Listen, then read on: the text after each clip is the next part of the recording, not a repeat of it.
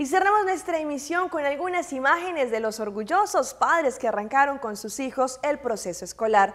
Hoy arranca un nuevo año escolar para los pequeños, pero también para muchos padres que por primera vez están llevando a sus hijos al colegio. Allí les alistaron en sus maletas no solo la lonchera con sus alimentos, sino también allí llevan sus ilusiones, sus sueños de ser un mejor mañana. Tomamos estas fotos de algunos usuarios de Facebook para darles un homenaje a estos padres orgullosos de sus pequeños. Back to school, back to school.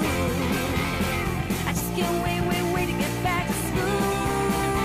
I am telling you no lies. I've got my school supplies, and I just can't wait to get back to school.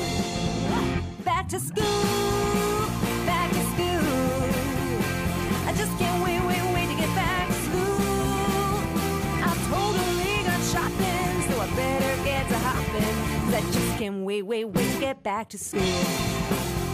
I've got new snazzy glasses, I wonder where my class is. I just can't wait to get back to school. I've got a brand new lunchbox, it's gonna knock the socks off. I just can't wait to get back to school. I've got pencils and a ruler, won't cut like Ferris Bueller. I just can't wait to get back. Just can't wait to get back. Just can't wait to get back to school.